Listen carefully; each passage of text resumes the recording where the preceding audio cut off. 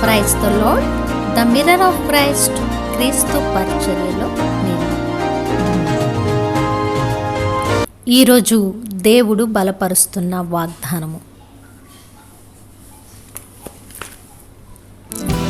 పర్వతములు తొలగిపోయినను, మెట్టలు తత్తరిల్లినను, నా కృప నిన్ను విడిచిపోదు.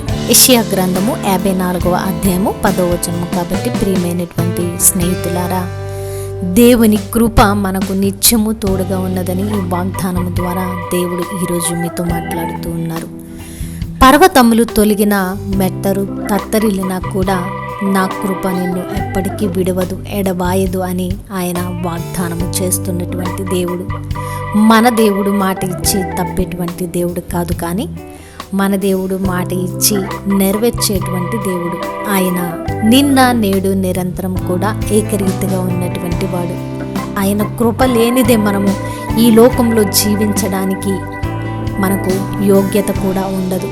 అటువంటి గొప్ప ధన్యకరమైన కృపతో ఆయన ఈరోజు మిమ్మల్ని, నన్ను తన కృప రెక్కల కింద భద్రపరిచి సజీవులుగా ఉంచినటువంటి సజీవుడైన దేవునికి ఎంతైనా మనము కృతజ్ఞతాస్తుతులు చెల్లించే వరముగా ఉన్నాము. కాబట్టి ప్రియమైనటువంటి స్నేహితులారా, ఆయన కృపను, ఆయన ప్రేమను నిత్యము నీవు స్తుతిస్తూ, ఆయనను గణపరుస్తూ, నీకు జీవమిచ్చిన జీవాధిపతికి నిత్యము కృతజ్ఞతాస్తుతులు చెల్లించేవాడిగా ఉండాలి. ఎంతోమంది ఈ రోజును చూడలేక నశించి గతించిపోయారు. మనమైతే ఆయన ఉచితమైన కృపను బట్టి, ప్రేమను బట్టి మనము మన కుటుంబాలు సంతోషముతో, సమాధానముతో ఈ రోజును అనుభవించగలుగుతున్నాము అంటే అది కేవలము దేవుని యొక్క కృప మాత్రమే. మన అధికతనము కాదు, మన గొప్పతనము ఎంత మాత్రము కాదు.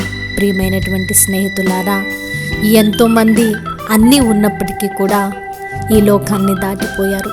వారికంటే మనము ఎంత మాత్రము కూడా అధికమైన వారము కాదు, శ్రేష్ఠులము అంతకన్నా కాదు. మన నీతి దేవుని దృష్టికి మురికి గుడ్డవలే ఉన్నదని దేవుని వాక్యము స్పష్టముగా తెలియచేస్తుంది. మన నీతిని బట్టో, మన గొప్పతనాన్ని బట్టో మనము ఈరోజు సజీవులుగా లేము, కానీ దేవుని యొక్క కృప, ఆయన యొక్క ప్రేమను బట్టి మనము ఈరోజు సజీవులుగా నిలువబడి ఉన్నాము.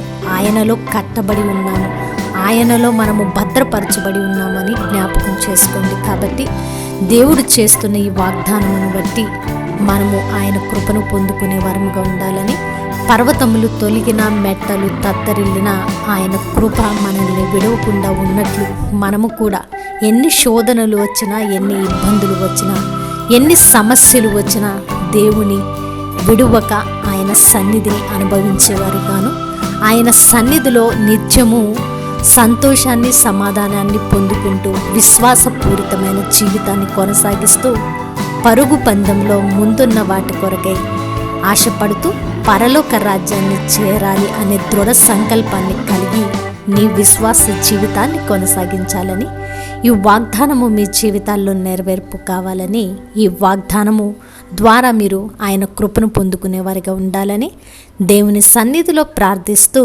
ద మిర్రర్ ఆఫ్ క్రైస్ట్, క్రీస్తు పరిచర్యలో నేను. దేవుడు మిమ్మును దీవించునుగాక. ఆమేన్.